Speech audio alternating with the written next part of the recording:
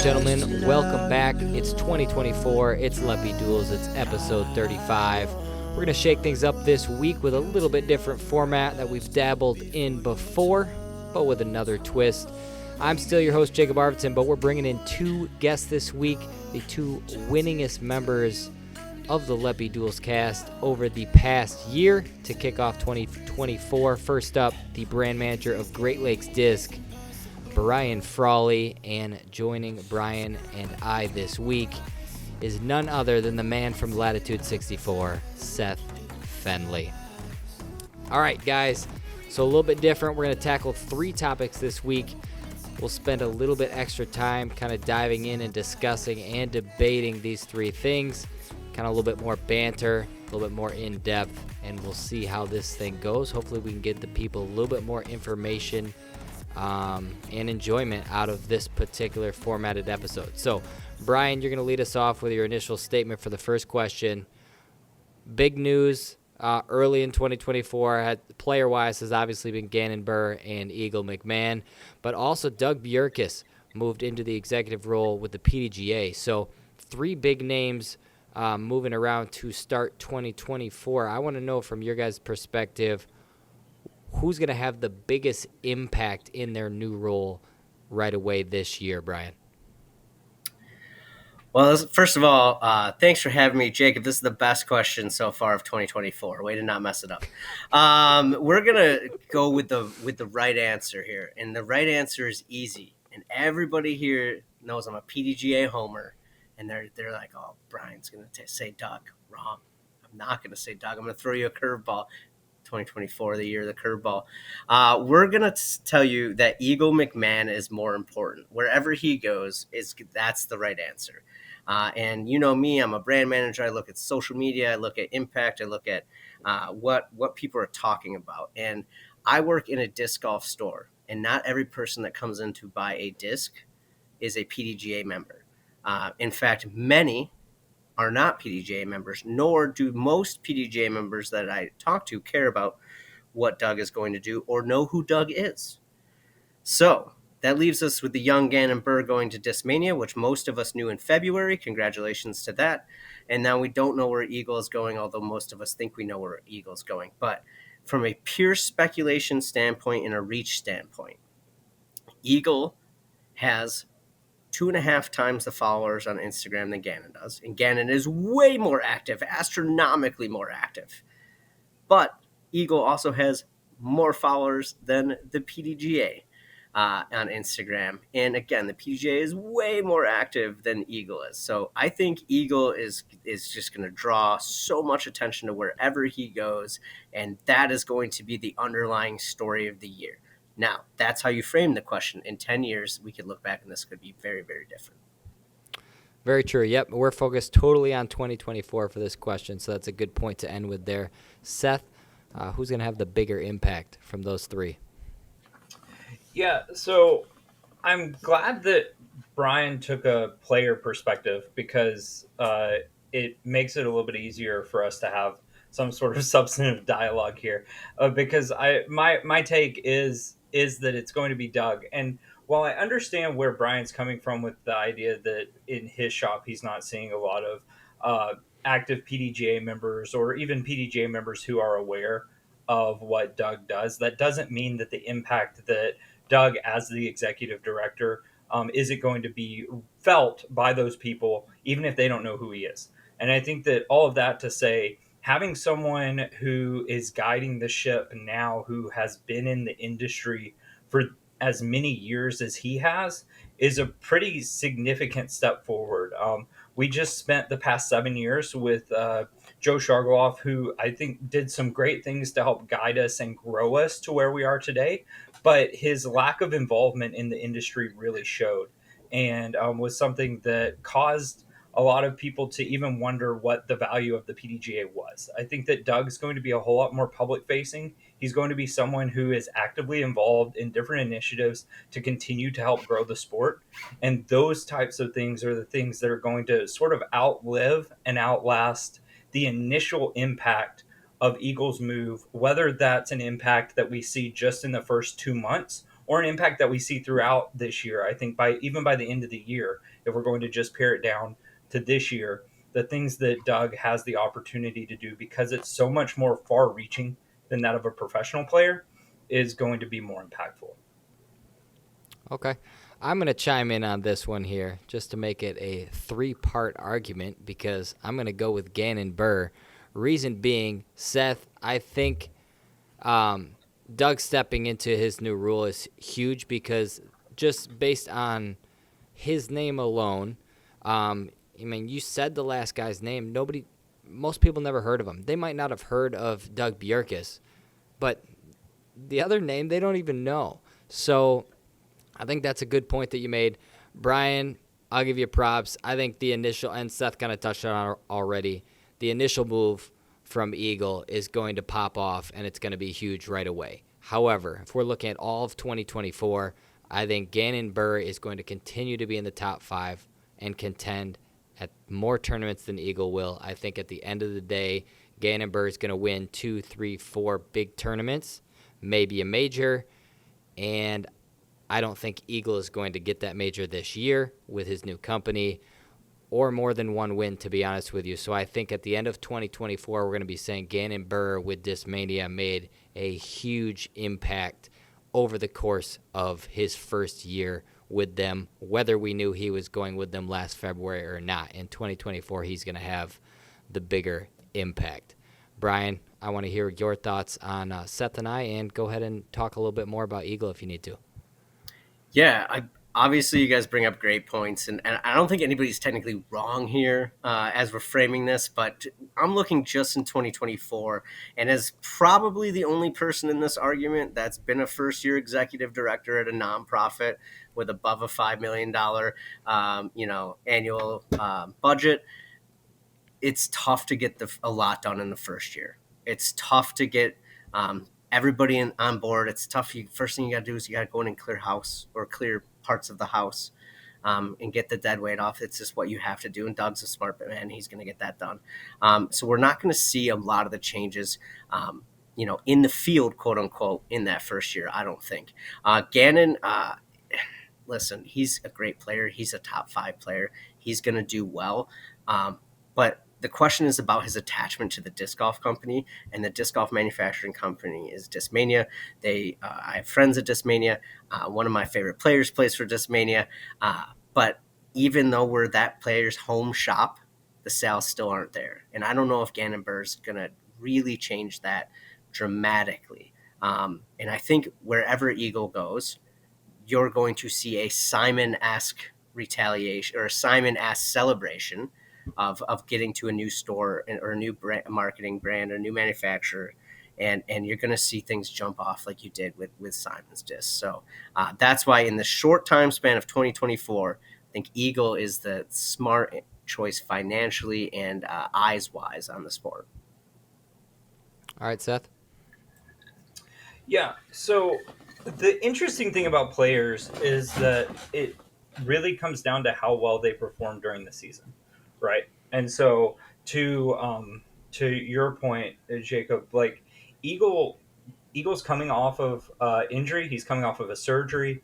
How he performs will dictate some of the sales. I do think that he does, to Brian's point, carry some name recognition so that he might be able to generate sales without wins. That being said, the harder part about all of this is that if he's actually going where people are speculating he's going, we also know that manufacturer has had difficulties keeping up with demand. And so there's going to be some more like even short-term implications if they're not prepared and not able to handle that demand that could ultimately hurt that success.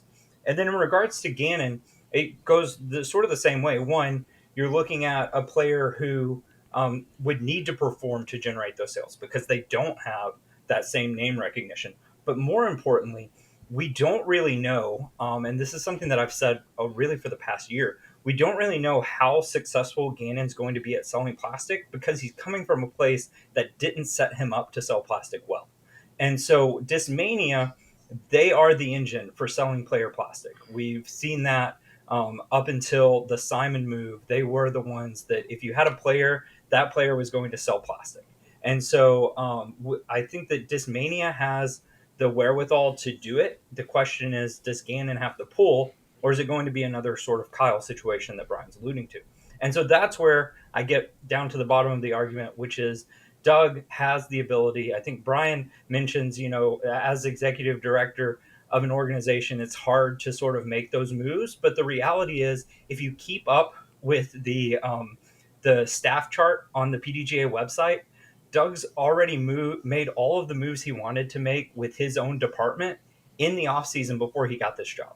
And so that includes removing employees that weren't serving the purposes that they needed, moving employees around that were better fits in other parts of the organization, and then most importantly, making a few strategic hires to make sure that his department was set up for success. And so I think that Doug, albeit being a part of a nonprofit, is better equipped, maybe some than others, to make those moves that he would need to be impactful in his first year. I love it. I think all 3 points and all 3 options are very viable answers to this question, which is why it's an interesting question. Long term, I think Doug's going to be the answer here. Personally, I think we all agree on that one, and we should agree because he's in a spot where he can really change things sport wise, for the bigger picture and for the better. Me and Brian, it's player versus player. Eagles a bigger name, but I think Gannon's in a better spot to potentially make more of an impact. That's a personal opinion based on the success I think he'll have this year versus Eagle. But again, that's to be determined over the next couple of months as they go out to these tournaments and perform versus Doug, who we know what he's going to do. We know what he's about, and we know the system he's putting in place. So it's just, are we going to see an impact in 2024? Or is it going to be 3, 4, 5 years down the road where we can look back and say, yeah, he changed things for the better? We'll see. Any closing arguments from either you guys, or you want to move on to topic number 2? Yeah, just one quick interjection. I know that, Jacob, you're a gambling man yourself, and you did strike me when you said that Eagle wouldn't have a single win this year. So I'll take the over. Hey, I gave him one win. I'll take the over of 1 on that bet anytime for lunch. Just as a heads up, bud. All right, we'll specify. Are we specifying Pro Tour wins? Yeah, I'll take a Pro Okay. Tour win or an Okay. Elite Series major, whatever you want to call it. Yeah, Done. something All right, filmed we by got a deal. DGN. Yeah, We I'll got take a deal. that for lunch. Done. All right, Seth, you witnessed this, and all the people at home, you witnessed this. So, Brian's gonna be taking me out to lunch in 2025. I look forward to it. All right, question number 2, Seth. Why don't you lead us off on this one? Of all the player sponsor movement we've had already to lead off 2024, which move in your mind makes the least amount of sense?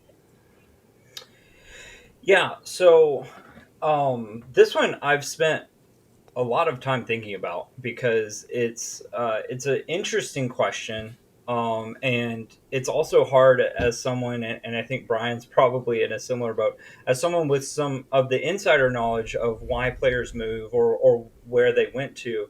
It There's a lot of things that make sense behind the scenes that don't make sense to people in public, and it's not, and then you're just sort of stuck with what you don't know almost. And so that's what I'm going to go with.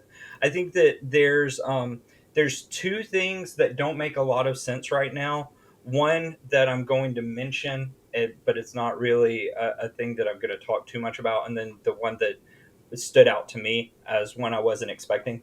And so the one that I think is baffling a lot of people right now is Nicholas.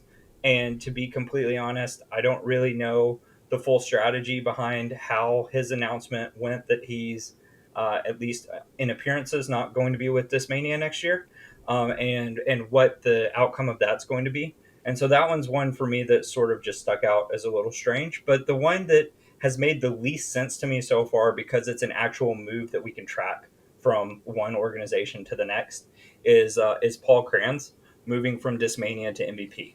And the reason why I say this is primarily because, like, I I don't know the ins and outs of what his MVP offer was or what his offer at Discmania was, but I know that as a player who has had the success that he has had and is in the position that he's in to begin touring full time, he is the sort of person that would benefit more from staying with an organization like Discmania that has the backing and support than moving to an organization like MVP where their players have actively said that they felt like they've been in the shadow of Simon for the past year.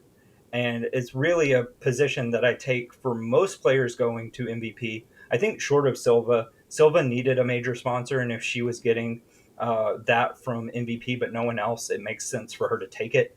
But Paul Cran's moving to MVP really doesn't make a lot of sense to me, especially because he's seen the Simon effect. Like he's in Massachusetts as well, and he knows that he's sort of stepping into a shadow instead of having an opportunity to sort of blaze a trail like Kyle Klein did at Discmania or any of the other up and comers at Discmania have.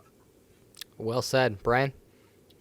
Man, I have a great counter argument for that, but I guess I'm going to go with my first point or my answer. So, yo, Seth, what's your team doing? And by team, I mean trilogy.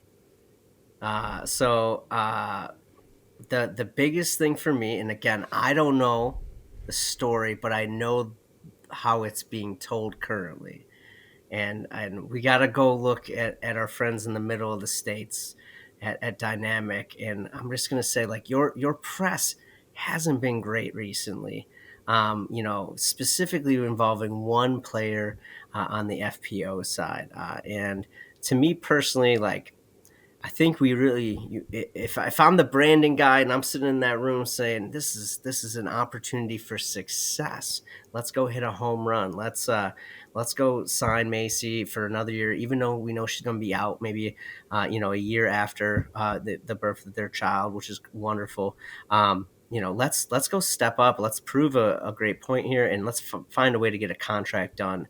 I That was my biggest surprise of the year that a contract wasn't done with Macy and DD, because when I think DD, I think Ricky, and the next name I think is Macy.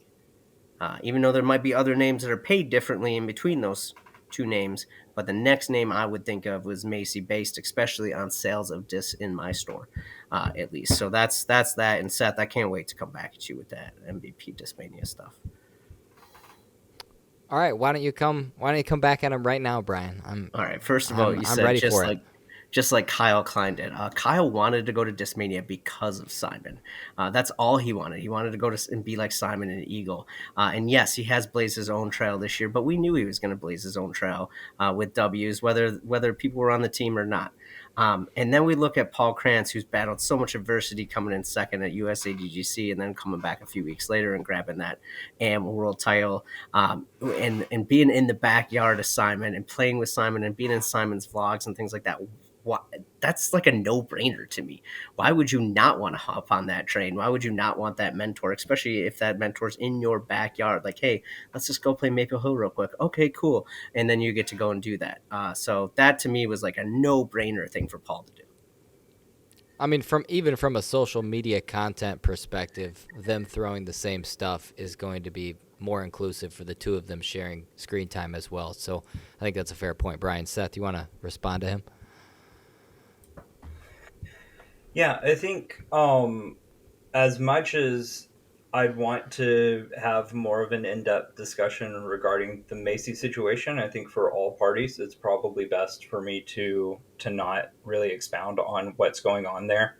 And it's I think it's rough when I think the one thing I can say is it's rough when a player and a company don't see eye to eye on things, and it's hard for someone's ultimately going to be the bad guy. And in the end, whenever you're dealing with a player, you don't ever really want the player to end up being that bad guy, unless it's just an absolute necessity. I mean, like you think about the the Nikos of the sport, or even the Gannon Burr prodigy situation, right? Like we have those things stand out, but I think at the end of the day, sometimes as a company, you just sort of have to take the high road, and no comment is better than any comment. And so that's sort of where we're going to have to leave that one. But in regards to the Paul Kranz thing, I mean, I can understand all of those points. I think that there's some benefits to, and maybe this is something as I'm talking about it that like Latitude looks to explore down the road when it comes to partnerships with players. But I think that there's some benefits to having players, even if they're participating in similar social media channels, throwing different plastic instead of throwing the same plastic, just because it allows them to make comparisons. It allows them to help cross sell products instead of sort of doubling up on the same thing. One of the things that we deal with all of the time as a manufacturer is, and goodness, I feel for Bob Julio whenever I think about this, but like all the players on tour throw the same disc, right? Like when you're a touring discraft player, you have the same like six staples that you throw, and you can't. When you have 10 players, someone's not going to get their optimal tour series disc, right? And so that's when I say the argument of like, hey, having two different pieces of two different players sponsored by two different organizations makes a lot of sense to me. That's where it makes a lot of sense to me, and I think that from there, just I still stand behind, even regardless of the social media content aspect of it, the inability or maybe the I really don't know because I can't get Andrew at MVP to respond to emails. But like the inability of them to like help promote any player other than Simon would really scare me as a player. Like when your other touring players are saying, "Hey, I can't get my tour series disc out in time," like that's concerning. And so that would be like why I say it's a little weird that Paul would make that choice. I think that's a fair counter argument, Seth. Good points to back that one up. Let's jump to our third topic of the episode. Discraft rebranded the Raptor logo, for those of you that weren't aware. But the question out of this is, how much should we be reading into this rebrand of just one disc's logo? And furthermore, is this the beginning of a rise in trademark disagreements and or lawsuits? Who wants to take this one first? I'll go first. All right. So the interesting thing about this subject is I think a lot of times whenever trademark discussions or lawsuits come up, you don't hear about them as publicly as at least in disc golf as you would elsewhere. I think that there's already been plenty of other companies that have been hit with similar issues. I think one of the things that Brian likes to talk about a lot on this podcast is how DGA's basket gets basically stolen for everything. But like one of our mutual friends, Miles, like alerted me a couple of weeks ago to this person who was selling people's logos online for profit. And it was sort of a collective action that a lot of different companies within the industry took to let this person know, hey, like that's illegal. You can't really do that. And so, like these sorts of discussions are already happening. I have another good example of a friend who created a lot of different disc golf themed shirts based off of different logos. And, you know, some companies have lawyers that are just out there seeking those things out. And they send out cease and desist letters literally on a weekly basis. And so I think that a lot of it is when it comes to that is more so either have you gotten caught? Are you going to get caught? Or how big have you gotten as a company? And so those things happen. They happen a lot. Is that the reason why this was rebranded? Brian might know more than I would, but ultimately, I think that it's something that happens a lot outside of disc golf too, and not something that should be surprising. All right, Brian, what's your insight here? You know, just like the first question was the best question of 2024, this is the worst question of 2024 because it's old and it's played out. And I'm a person that got a few things back back in the day. Thanks, Gateway. We definitely did some stuff that was not cool. I know other companies that have stamped things that are was cool 20 years ago, but they couldn't get away with nowadays. And those are the things that we think about. But Seth brings up a great point with the T-shirts, and that's actually the first thing that I thought about. One of the first things that I saw back in 2009, 2010, when I was going out on the Super Am tour at these fly marts or these things, was the Coke logo, the Coca-Cola that said disc golf. In the same writing, things like that, red shirt, white print, it made you want to think that was a Coca-Cola shirt, but it's a disc golf, and that was super cool and trendy. There's a fine line between artistic independence and copyright, and I think this battle is going to be louder in the future in our sport, just because we have more voices. But it's really been going on for a long time, and it's something that we're going to see the side hustle side, like, hey, let me do an epoxy mini with your Discmania logo in it, or hey, let me do this wood etched thing for your Zuka card or whatever. Like, those are things that our sport's probably not big enough to have lawyers go after all the time, but as it continues to grow and the manufacturers become the larger player, maybe not PDGA and UDIS, as the manufacturers become larger and they have bigger lawyers, then maybe you'll see more of that. But it is what it is. Yeah, I don't disagree with either of you. I don't think, for the sake of the question, I don't think we should be reading into this a whole lot. I think it's, like you said, it's been happening for a while. So for those of you that are surprised by it, don't be surprised. It's been happening. It's going to keep happening. And as the sport gets bigger, the conversations might become a little bit bigger as more finances are involved in decisions and there's money to be made. But I'm with you guys. I don't think this is, not that it's not a big deal, copyright stuff, but I don't think it's a big industry changing thing that we should really be reading into and getting all excited about personally, even though here we are talking about it. Seth, anything to add to the conversation there? No, as we wrap this up, I want to change the directions. Listen, you two are really smart and you're fun. Let's put a little bonus one out there right now. Let's put some predictions on the year. So I got a couple questions for you. Are you ready? All right, let's see it. Tell me someone, FPO, MPO, don't care. Tell me someone that the group doesn't know very well right now that's going to win over 1.5 events next year. Define doesn't know very well. They're not on Discraft's tour team. No. They don't have a major yet, and they haven't won, more than one Disc Golf Pro Tour event or Silver Series event. Okay. Seth, do you have someone in mind? I think I got somebody.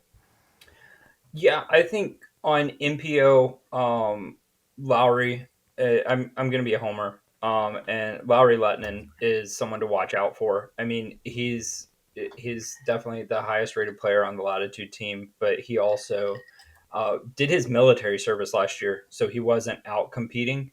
And when he came back, he was on a tear in Europe. And I think that he's put in a lot of work this offseason. So that's on the MPO side. That's my immediate within these parameters. I think that if we want to get a little bit more obscure, it might take a little bit longer.